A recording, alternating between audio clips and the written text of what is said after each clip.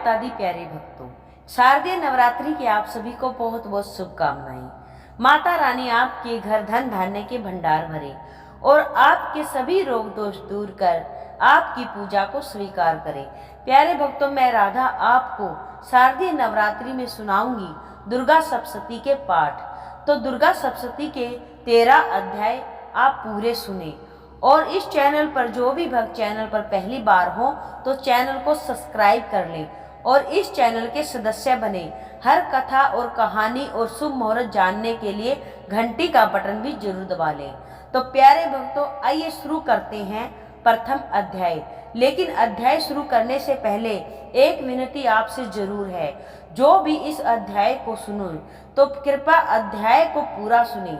पूरा सुनने से ही माता आप पर प्रसन्न होंगी। अगर आप अधूरा अध्याय सुनेंगे तो इससे माँ आप पर क्रोधित हो जाएंगी। हो सकता है कोई अड़चन बाधा भी आ जाए। अगर कृपा आपको पानी है तो अध्याय को पूरा ही सुनिएगा।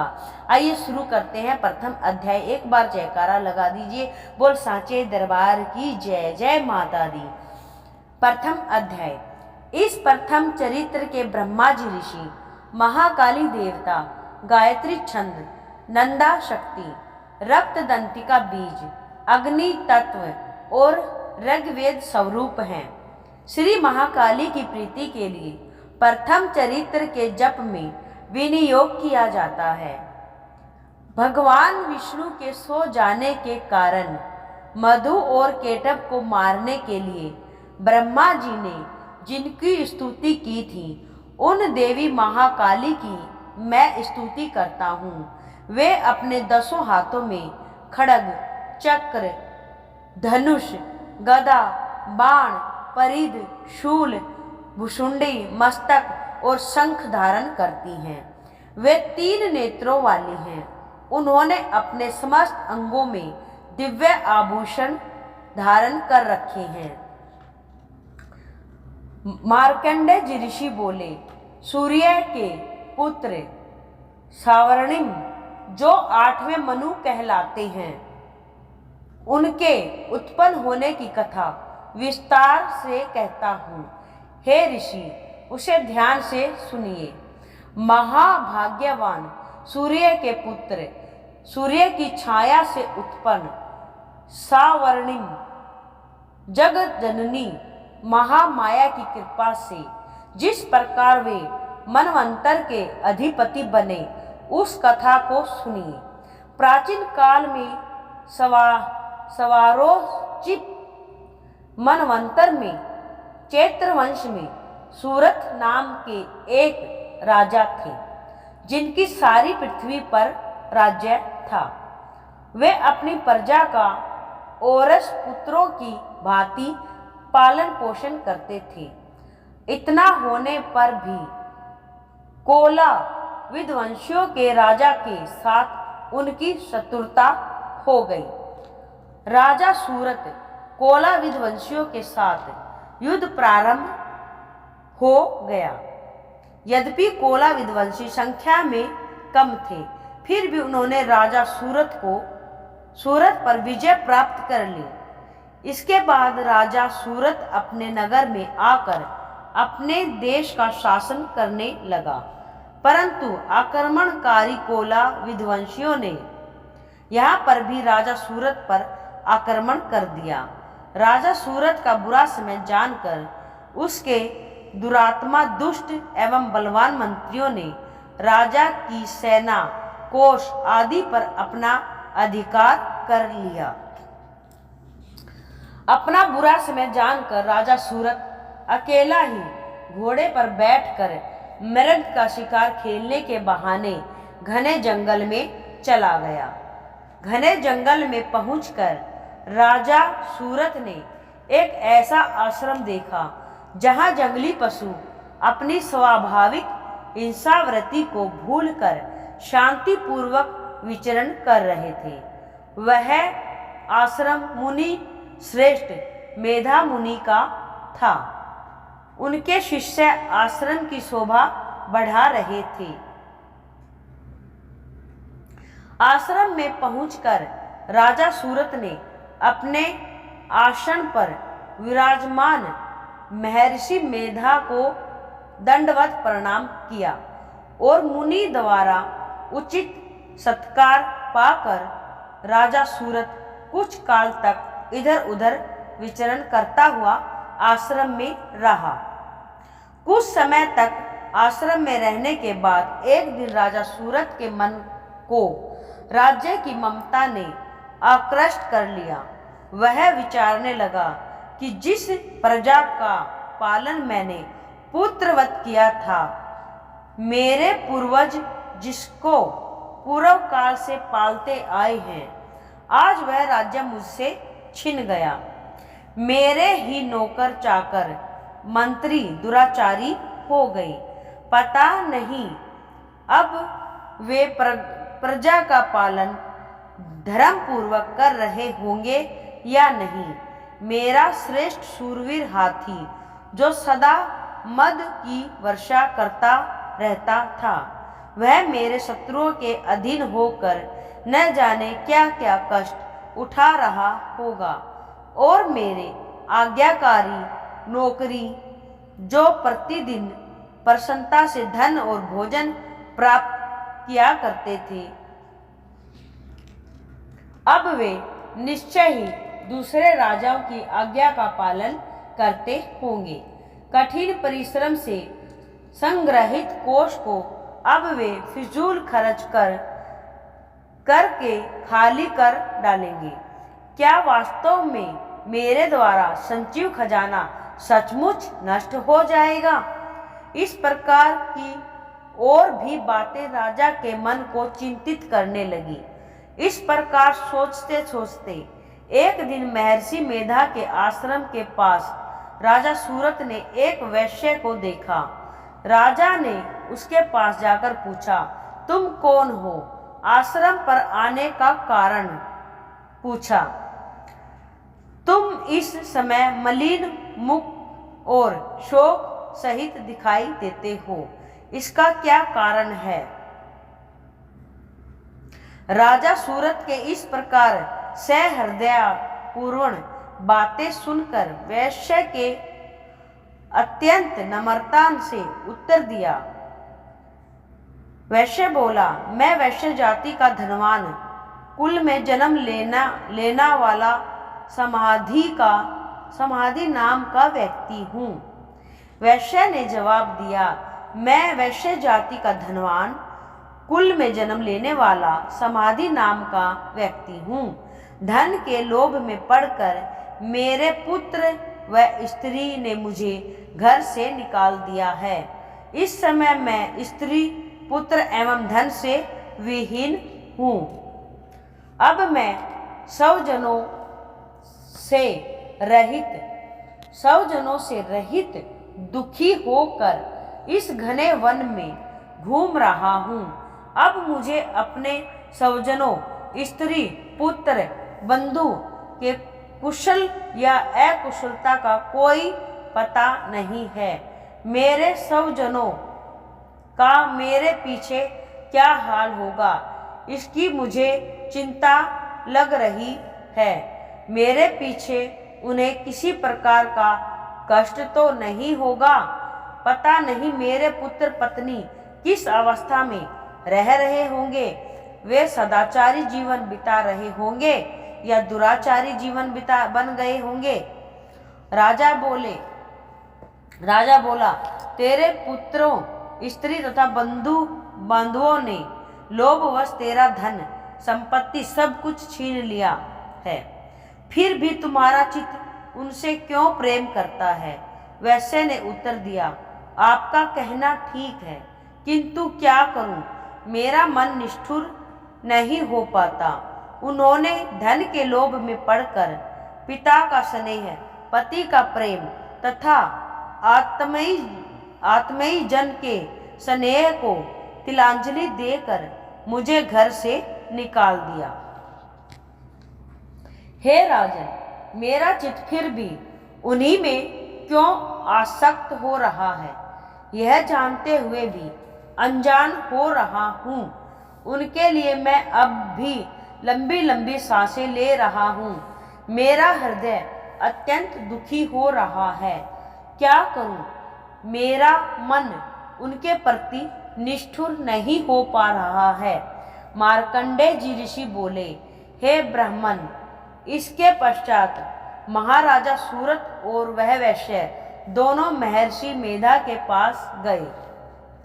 समाधि नाम के वैश्य और राजा सूरत महर्षि के साथ यथा योग्य न्यायानुकूल विनय पूर्वक बर्ताव करके बैठे। तत्पश्चात वैश्य और राजा ने उनके साथ वार्तालाप आरंभ कर दिया। राजा बोला, हे भगवान, मैं आपसे एक बात पूछना चाहता हूँ,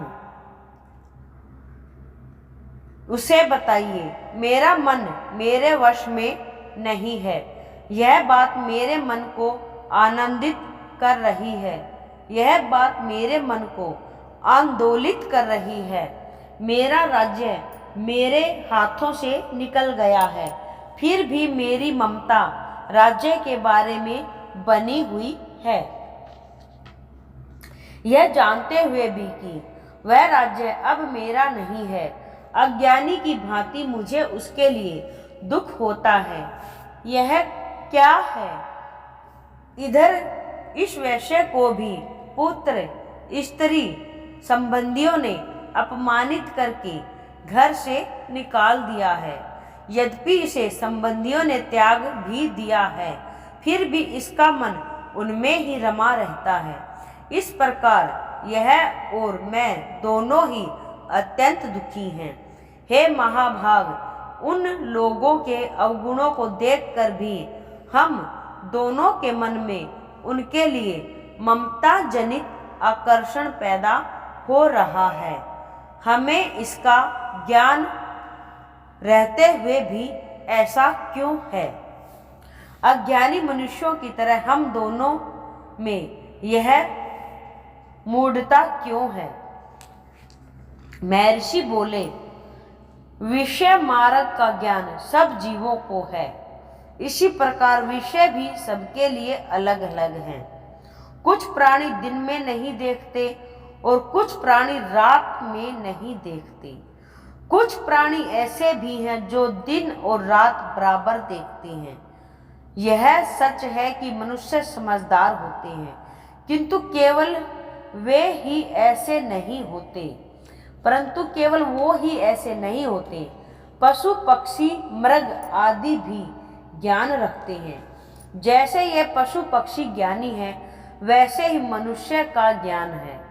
जिस प्रकार का ज्ञान मनुष्यों में है, वैसा ही इन पशु पक्षी मृग आदि में है। इसके अतिरिक्त दोनों में कई प्रकार की कई बातों में समानता है। ज्ञान के होने पर भी इन पक्षियों को देखो, ये अपने बच्चों की चोंचों में दाना डाला करते हैं।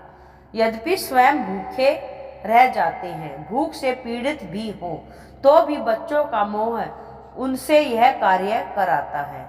हे भद्र पुरुषों, क्या इन पुरुषों को नहीं देखते जो प्रत्येक प्रकार के लोभ के कारण पुत्रों की प्राप्ति की कामना करते हैं?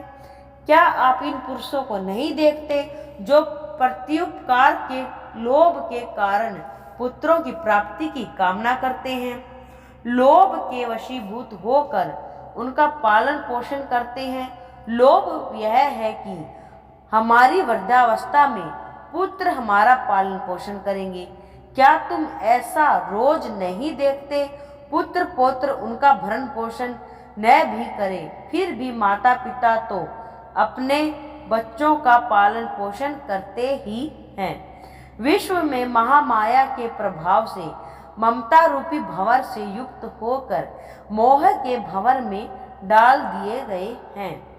इसमें विषमय करने की आवश्यकता नहीं, क्योंकि यह सब भगवान विष्णु की योग निद्रा है। महामाया ने सारे विश्व को मोहित कर रखा है। वही देवी योग माया ज्ञानियों के चित्त भी बलपूर्वक खींचकर मोह में डाल देती है। उसी मोह माया के द्वारा चराचर जगत उत्पन्न होता है। देवी महामाया प्रसन्न होकर अपने भक्तों को वरदान देती है, जिससे मुक्ति प्राप्त होती है। वही मुक्ति की परम होती है। वही सनातनी ब्रह्म ज्ञान स्वरूप विद्या है। यह देवी ही संसारिक बंधनों का कारण है तथा वही सर्वेश्वर की ईश्वरी है। राजा बोले, हे महामाया, आप जिसको महामाया कहते हैं, हे महात्मा, आप जिसको महामाया कहते हैं, वह कौन सी देवी है? हे ब्राह्मण श्रेष्ठ, यह देवी किस प्रकार उत्पन्न हुई, उसका क्या कार्य है, उसका स्वभाव स्वरूप आदि के विषय में जानना चाहता हूँ। हे ब्रह्म ज्ञानियों में श्रेष्ठ, आप मुझे भी सभी वृत्तांत सुनाइए। ऋषि बोले, हे राजन, वह देवी तो नित्य स्वरूपा है, उसके द्वारा यह संसार रचा गया है। फिर भी उसकी उत्पत्ति अनेक प्रकार से होती है। वह सब मैं आपको बताता हूँ। सब वह देवी देवताओं का कार्य सिद्ध करने के लिए प्रकट होती है। उस समय अजन्मा होते हुए भी उत्पन्न कहलाती है। संसार को जलमय करके जब भगवान विष्णु योग निद्रा का आश्रय लेकर शेष शैया पर सो रहे थे, तब मधुकेटव नाम के दो प्रसिद्ध राक्षस उनके कानों के मैल से प्रकट हुए और ब्रह्मा जी को मारने दौड़े। प्रजापति ब्रह्मा जी विष्णु की नाभि कमल में जा छिपे। ब्रह्मा जी ने भगवान विष्णु को सोया हुआ देखकर हृदय को एकाग्र करके इसी योग निद्रा की स्तुति की। यह स्तुति भगवान विष्णु को जगाने हेतु की गई थी। उस समय भगवान के नेत्रों में योग निद्रा देवी ने निवास कर रखा था। योग निद्रा देवी भगवान विष्णु को अतुल तेज वाली अनुपम शक्ति है। भगवान विष्णु की अतुल तेज वाली अनुपम शक्ति है। ब्रह्मा जी बोले, हे महामाया, तुम ही स्वाहा हो। देवताओं का पोषण करने वाला मंत्र तुम ही सवदा हो। पितृ शवरों का पोषण करने वाले पितृ ईश्वरों का पोषण करने वाला मंत्र तुम ही वष्टकार स्वर हो। इंद्र को हिस्सा पहुंचाने वाला मंत्र, हे देवी, तुम ही अमृत हो। नित्य ओमकार स्वरूप अक्षर ब्रह्म में मैं इन मंत्रों में, इन तीनों मात्राओं में तुम ही स्थित हो तथा इन तीन मात्राओं के अतिरिक्त नित्य आदि मात्रा व्यंजन जिसका उच्चारण विशेष रूप से नहीं हो सकता, वह भी तुम ही हो। हे देवी, तुम ही संध्या हो, तुम ही सावित्री हो, और हे देवी, तुम ही संसार की जननी अर्थात संसार की रचना करने वाली माता हो। जगत का पालन तुम ही करती हो, अंत में इसका श्रृंगार भी तुम ही करती हो। हे मातेश्वरी, सृष्टि को रचते हुए तुम सृष्टि रूपा हो, पालते समय तुम स्थिति रूपा हो, तुम ही स्थिति रूपा हो। कल्पांत में जब इस संसार का प्रलय करती हो तो संहिति रूपा भी तुम ही हो। तुम ही महाविद्या, महामाया, महामेधा, महास्मृति, महारात्रि और मोह रात्रि हो। हे देवी, आप ही महामोह, महादेवी, महासुरी हे हो। हे मातेश्वरी, तुम ही समस्त राचर के तीनों गुण सत्व, रज और तम की उत्पन्न करता प्रकृति स्वरूप हो। हे देवी, तुम ही काल रात्रि, भयंकर यम रूप, महारात्रि, प्रलय स्वरूप तथा दारुण मोह रात्रि, विश्व को मोहने वाली हो। श्री भी तुम हो, ईश्वरी भी तुम ही हो, बोध कराने वाली लक्षण बुद्धि भी तुम ही हो। हे देवी, तुम ही लज्जा, पुष्टि, तुष्टि, शांति एवं क्षमा हो। खड़ग धारिणी, त्रिशूल धारिणी, घोर रूपा, गदा चक्र धारण करने वाली तुम ही हो। हे देवी, शंख, धनुष, बाण, भुषुंडी और परिध धारण करने वाली तुम ही हो। तुम ही सौम्य एवं सौम्यतर हो। सभी सुंदर पदार्थों में से तुम ही अत्यंत सुंदरी हो। हे देवी, पर और अपर में श्रेष्ठ तुम ही हो और तुम ही परमेश्वरी हो। हे परमेश्वरी, हे सभी स्वरूपों को धारण करने वाली, जहां जहां करने वाली, जहां कहीं सत्य और असत्य वस्तुएं हैं, उन सब में जो शक्ति है वह तुम ही हो। हे देवी, उन समस्त वस्तुओं की शक्ति तुम ही हो। मैं आपकी किस तरह से प्रार्थना करूं, जो इस संसार की रचना, पालन और संहार करता है। ऐसी अवस्था में भला तुम्हारी स्तुति कौन कर सकता है। इस संसार की सृष्टि, पालन और श्रृंगार करने वाले विष्णु भगवान को जब तुमने निद्रा के वशीभूत कर दिया है, तो फिर तुम्हारी स्तुति कौन कर सकता है। हे देवी, मुझे भगवान विष्णु को एवं भगवान महादेव को भी तुमने शरीर प्रदान किया है। इसी कारण आपकी स्तुति करने की शक्ति किस में हो सकती है। हे देवी, तुम अपने उदार प्रभावों के द्वारा ही स्वयं प्रशंसित हो। हे देवी, ये मधु और केटव दोनों दुर्धर्ष राक्षस हैं। इन्हें मोहित करके तथा संसार में पालन करता भगवान विष्णु को शीघ्र ही जगा दो। इसके साथ साथ भगवान विष्णु के हृदय में इन दोनों को मार डालने की बुद्धि पैदा करो।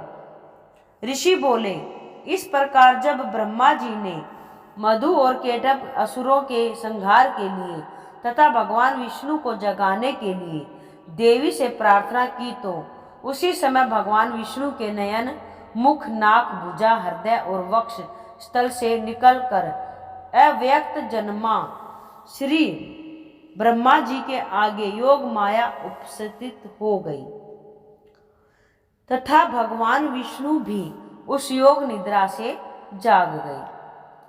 योग निद्रा से मुक्त होने पर जगत के स्वामी भगवान विष्णु उस एकावरण जल में शेषनाग की शैया से जाग उठे। उन्होंने फिर उन दोनों राक्षसों को देखा।